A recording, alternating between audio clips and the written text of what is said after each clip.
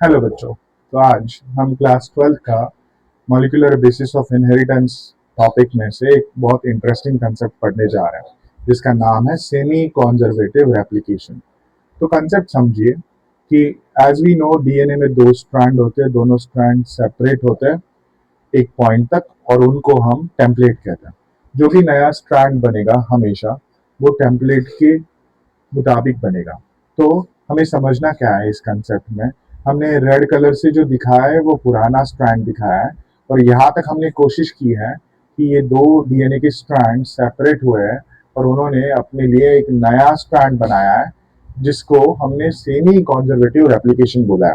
इस कंसेप्ट में हमें दो चीजें समझनी है कि रेड कलर जो है वो पुराना है, ओल्ड है रेड कलर, और नया जो बनाया है वो हमने ब्लू कलर से दिखाया है।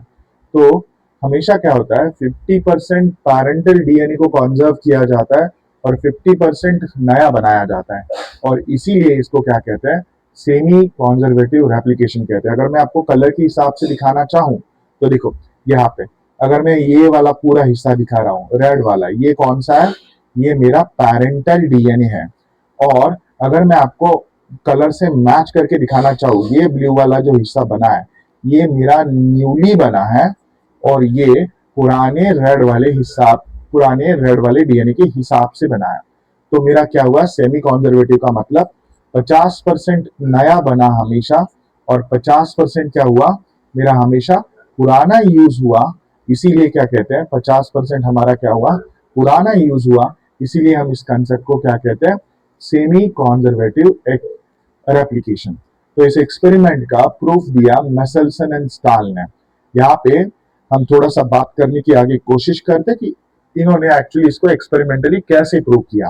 देखो उन्होंने क्या किया, ई कोलाई वाले बैक्टीरिया को ग्रो कराया जिसमें नाइट्रोजन सोर्स जो था दैट इज NH4Cl और उसमें N15 he nitrogen source, only nitrogen source available for many generation. मतलब ये जो उन्होंने नाइट्रोजन सोर्स जो ई कोलाई को दिया वो एक लौता सोर्स रखा नाइट्रोजन के लिए। और उन्होंने क्या पाया कि जो नया डीएनए बना वो नया डीएनए एब्सोल्युटली नया नाइट्रोजन सोर्स यूज करते हुए दिखाई दिया। और उन्होंने डिस्टिंग्विश कैसे किया, N15 को पुराने वाले नाइट्रोजन सोर्स के साथ उन्होंने डिस्टिंग्विश किया on the basis of density gradient centrifuge. देखो यहाँ पे लिखा है DNA by centrifugation in caesium chloride density gradient. मतलब जो हेवी होगा वो हमेशा नीचे आएगा और जो हल्का फुल्का होगा वो हमेशा ऊपर आएगा। इसके मदद से उन्होंने ये कोशिश की और N15 और N14 को उन्होंने डेंसिटी ग्रेडियंट की मदद से अलग अलग दिखाया। आगे क्या समझना चाहते हैं, देखो सेकेंड पैराग्राफ में उन्होंने उसी N15 वाले को बाद में ट्रांसफर किया किस पे, N14 वाले पे ट्रांसफर किया और टाइम इंटरवल पे देखा। हम क्या जानते कि हमारा जो ई कोलाई है, ई कोलाई वो 20 मिनट में अपना जनरेशन डबल कर सकता है। तो उन्होंने क्या पाया कि N15 वाले को जब N14 वाले पे ट्रांसफर करा गया तो कुछ स्ट्रैंड रेड कलर के मिले और कुछ स्ट्रैंड अलग वाले नए मिले जिसको N14 वाला नाइट्रोजन सोर्स उन्होंने यूज करना शुरू किया था। तो उन्हें क्या मिला, एज सुन एज हमने जो डीएनए 20 मिनट के बाद N15 से N14 पे शिफ्ट करा था, उन्हें क्या मिला, पुराना जो स्ट्रैंड था अपना, जो दोनों भी N15 दिखाया था उसको हमने हेवी कहा था, लेकिन जब उसको N15 से N14 पे शिफ्ट किया तो हमें एक स्ट्रैंड रेड कलर वाला और एक स्ट्रैंड ब्लू कलर वाला मिला। और उससे हमें समझ में आया कि now the E coli has successfully integrated with N14 also. और ये जो डीएनए मिला हमें, इसको हमने बोला हाइब्रिड डीएनए। आपको उम्मीद करता हूं ये आपको समझ में आ रहा होगा। रेड कलर हमेशा हमने N15 को दिखाया, ब्लू कलर हमने हमेशा N14 वाले को दिखाया। ये हुआ 20 मिनट वाला स्टोरी। जब इसी 20 मिनट वाले को और 20 मिनट आगे बढ़ाया 40 मिनट के बाद, तो टेक्स्ट बुक की लाइन क्या कहती है, we got a equal amount of hybrid DNA and light DNA. अभी लाइट वाला कंसेप्ट अपने लिए नया है, तो ये बात समझने की कोशिश करते हैं। देखो हाइब्रिड क्या होता है, हाइब्रिड का मतलब होता है एक N15 और एक N14 सॉरी, जिसको हम हाइब्रिड कहते हैं। अभी देखो ये यहाँ पे जो अपने को 2 डीएनए मॉलिक्यूल मिले, जो आगे जाके 20 मिनट्स में अपने लिए 4 डीएनए मॉलिक्यूल देंगे, तो मेरे लिए हर एक स्ट्रैंड सेपरेट होगा, अपने लिए नया स्ट्रैंड बनाएगा। देखो मैं अगर इनको नंबर देता हूं कि ये अगर मेरा सेपरेट हो रहा है तो ये मेरे लिए 2 बनाएगा, ये मेरे लिए और 2 बनाएगा। तो अगर आप देख पा रहे हो तो रेड वाला ब्लू वाला ही बनाएगा। क्यों, मैं आपको सीधा लॉजिक बताता हूं। N15 वाले को ट्रांसफर करा गया N14 पे, तो now N15 is not available for E coli for growth.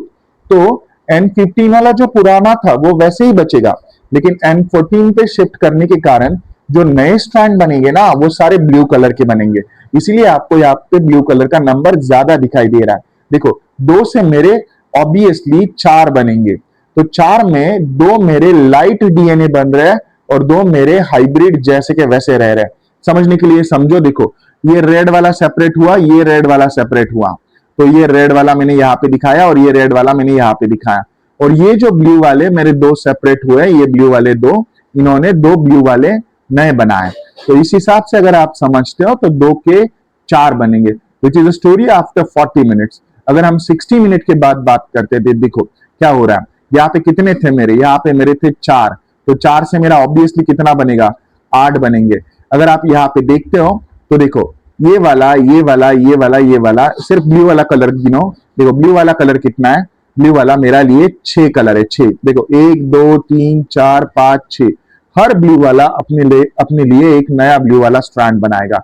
और रेड वाले के पास ब्लू वाले के अलावा कोई ऑप्शन नहीं है, क्योंकि N15 को N14 पे शिफ्ट किया है।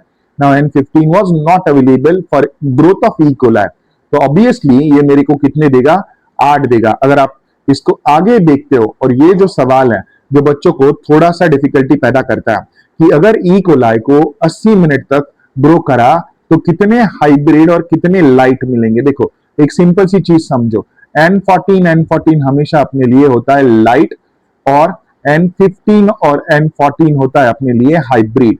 तो अगर ये आपको समझ में आ गया तो आप ज्यादा दूर नहीं हो आंसर से। देखो मैं क्या कह रहा हूं, ये रेड वाला और ये रेड वाला, देखो मैं गिनता हूं आपको सीधा सीधा। ये रेड वाले सिर्फ कितने हैं मेरे, 2 हैं, और मैं ब्लू वाले गिनने की कोशिश करता हूं। देखो ब्लू वाला मेरा कितना है, अगर आप गिन पा रहे हो, 1 2 3 4 5 6 7 8 9 10 11 12 13 14, देखो ये 14 है।